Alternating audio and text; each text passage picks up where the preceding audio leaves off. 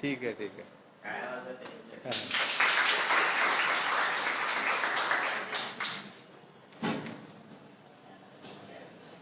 आदर्श school. आदर्श, पहले अपना नाम बताइए, कक्षा बताइए, उसके बाद अपने का नाम बताइए विषय का। Yes sir. नमस्कार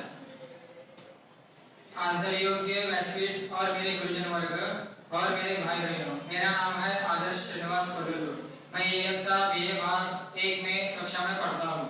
मेरे भाषण का विषय है मेरा प्रिय ग्रंथ पुस्तक यदा यदा हि धर्मस्य ग्लानिर्भवति भारत अच्युतानंद धर्मस्य तदात्मानं सृजाम्यहम्। मेरा प्रिय ग्रंथ है श्रीमद् भगवद गीता। इसमें 18 अध्याय और 700 श्लोक किए लिखे गए हैं। भारत के पवित्र धर्म ग्रंथ है और इसमें हिंदू लोगों ने इसका पवित्र ग्रंथ भी माना जाता है। हमें इस भगवद गीता में मनुष्य के चरितार्थ के बारे में बहुत सी अच्छी बातें बताई गई है। वे आप अवलंबित करें तो आपका जीवन भी सफलताओं से मुख मोड़ नहीं सकता। आपके जीवन में हर एक जिम्मेदारी, हर एक समस्या का उपाय इसमें बताया गया है। आप सभी ने इसका पठन और वाचन भी किया है, लेकिन इसके बारे में बातें जो की गई है उसके अवलंबित में अपने वर्तन में दिखा गया तो आप बहुत से अच्छे ही नागरिक बन जाओगे। भगवद गीता में संस्कृत श्लोक लिखे गए हैं। इस संस्कृत श्लोक के अर्थ खूबसूरत लिखे गए हैं। श्री कृष्ण ने अर्जुन को रथ पर संबोधन किया जाता है। इसके बारे में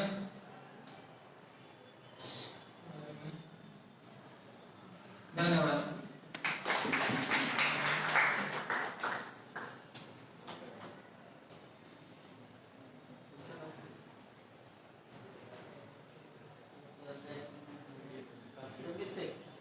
सभी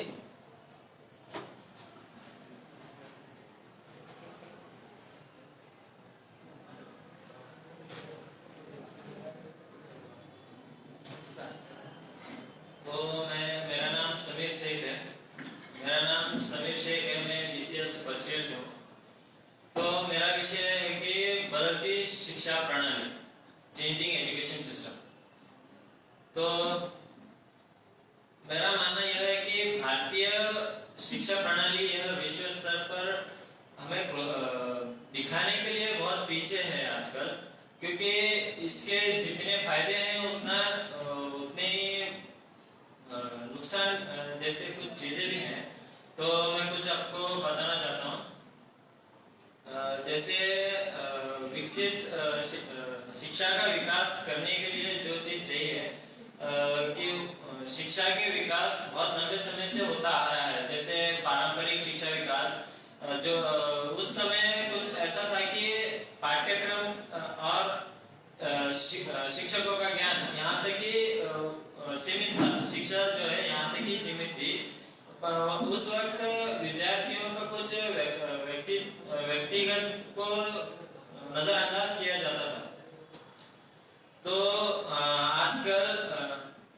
आजकल तकनीकियों का शिक्षा में बहुत कुछ उपयोग हो रहा है। जैसे कृत्रिम बुद्धिमत्ता, AI, artificial intelligence, VR, virtual reality, इन सब का शिक्षा के प्रति बहुत कुछ उपयोग है जो शिक्षा को उत्साहित बनाते हैं, जिससे विद्यार्थियों को बल्कि आलस जैसी कुछ चीजें होती हैं उनसे हमें उत्साह भी मिलता है और कुछ नई चीजें सीखने के लिए भी मिलती हैं।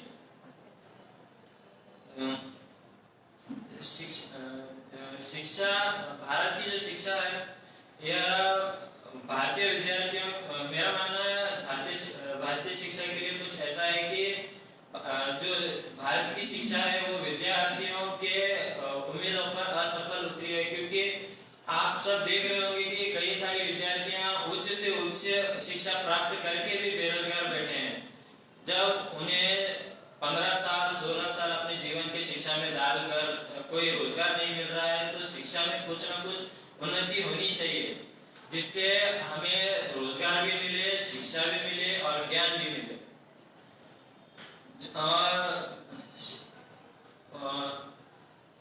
और तकनीकियों का इस तरह इस्तेमाल करना चाहिए जिस तरह भारत के अंदर सीमित ही नहीं बल्कि विश्व स्तर पर हमें खुद को साबित करना आना चाहिए कि हमें विश्व स्तर के संस्कृतियों का भी ज्ञान होना चाहिए, भाषाओं का भी ज्ञान होना चाहिए, ताकि कल जब हम उनसे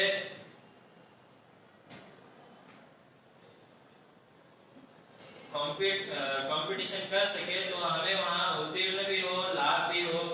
और शिक्षा का कुछ इस तरह इस्तेमाल करना चाहिए कि हमें एक दूसरे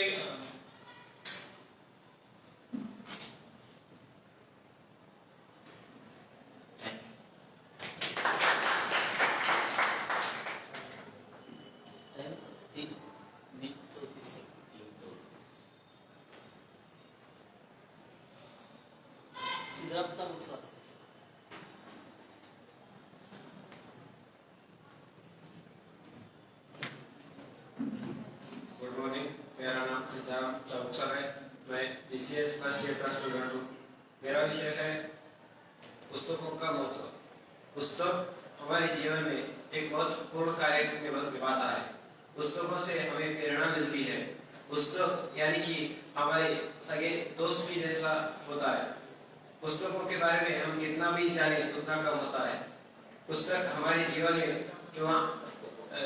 अथवा हमारे लाइफ में जितना आगे बढ़ सकते हैं उतना भी कम है।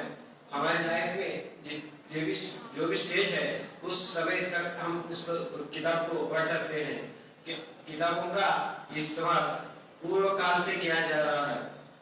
पुस्तक हमारे जीवन में एक महत्वपूर्ण कार्य दर्शाता है अथवा हमारे कार्य में जो भी समस्या है उसमें अपनी समस्या पूछ कर सकते हैं। अपने जो भी समस्या है अथवा कुछ भी परेशानी है उससे हल ढूंढ सकते हैं। बड़े बड़े जो पढ़ चुके डॉक्टर APJ अब्दुल कलाम अथवा अनेक इत्यादि जो आदमी है, बड़े बड़े उद्योगपति, उनके नाम पर भी पुस्तक रचित किया गया है कि उनकी एक नाम की एक प्रेरणादायक पुस्तक बन सकती है। जैसे आप भी अपनी एक कार्य को बढ़ा सकते हैं, अपने काम के लक्ष्य को बढ़ाकर अपने नाम का एक किताब बना सकते हैं। धन्यवाद। एक मिनट आपका विषय का आंसर घोष।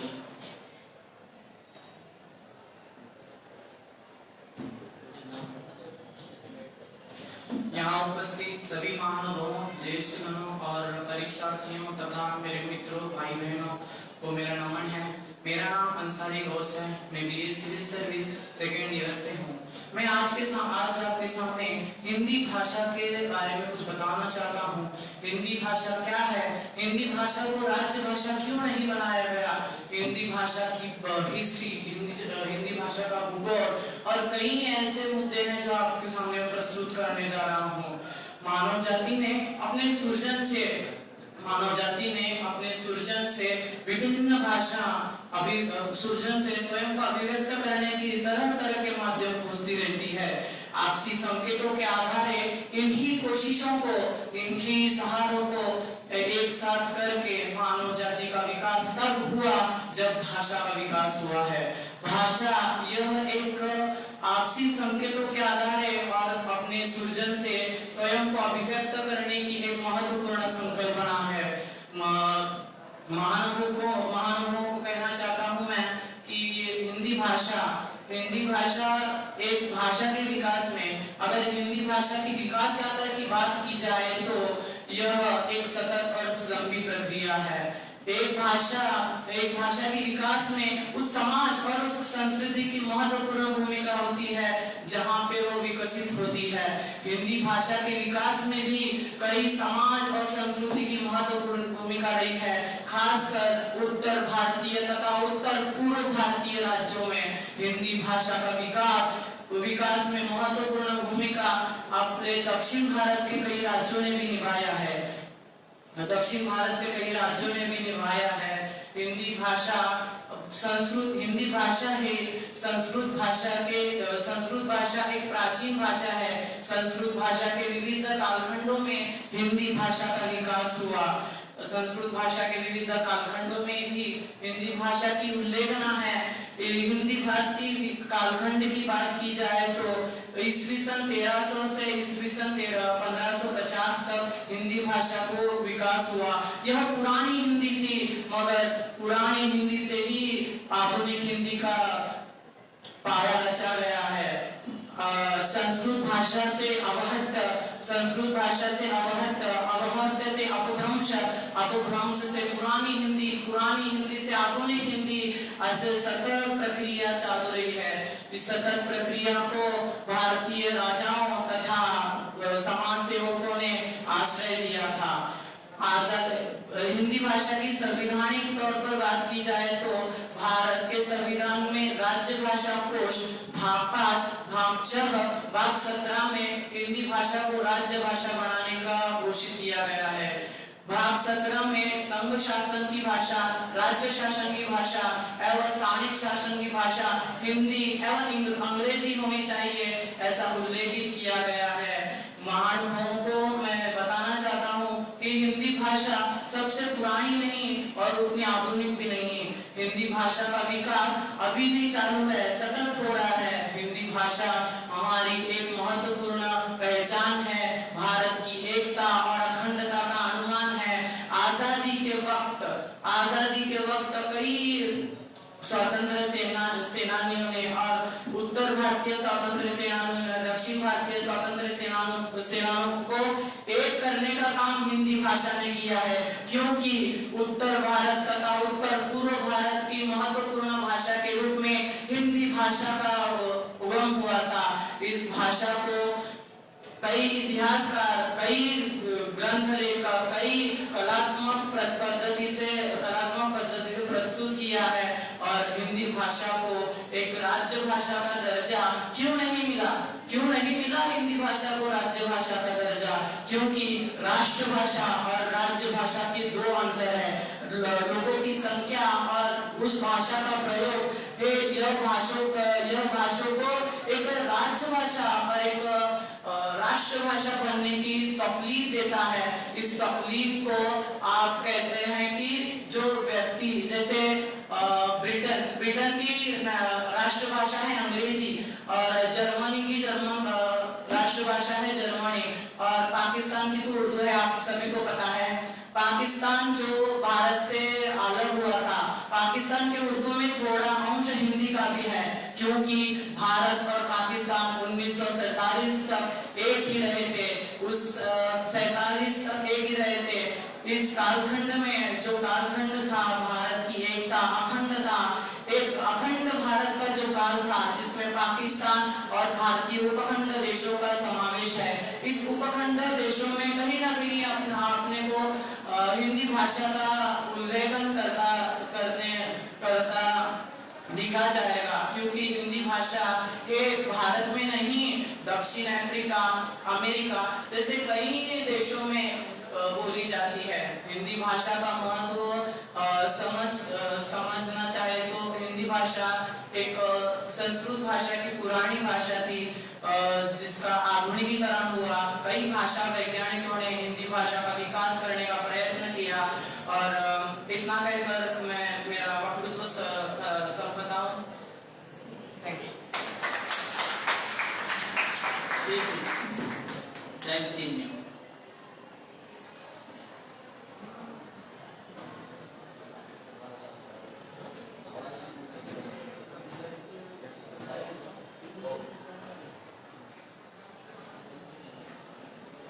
और कोई है प्रतिभागी? जय शेख राजपुरी।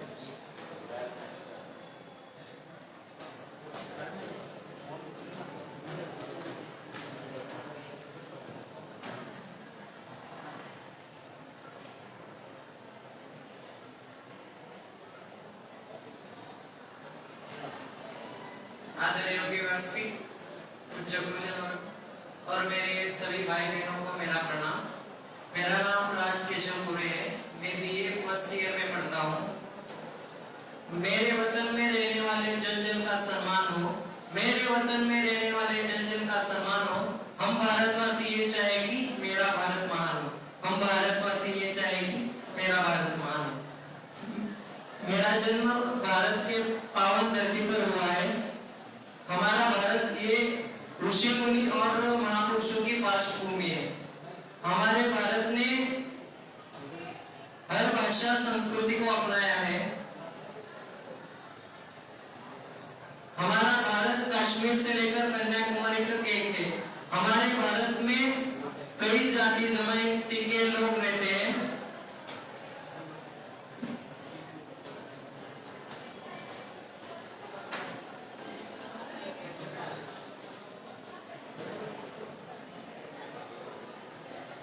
धन्यवाद। एक मिनट, सात से।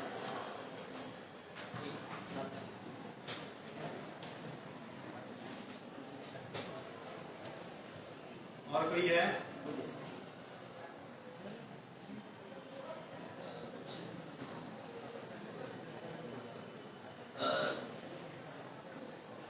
वाक्चतुर्य प्रतियोगिता के सभी छात्र ने अपने अपने मंतव्य यहाँ रखे। विविध विषयों को लेकर उन्होंने अपने मंतव्य रखे हैं। सभी छात्रों को सूचित किया जाता है कि वह अपनी जगह पर रहे, क्योंकि थोड़ी देर में इस प्रतियोगिता के निकाल जो है होंगे और पुरस्कार भी इसी समय होंगे, तो सभी छात्र यही होंगे।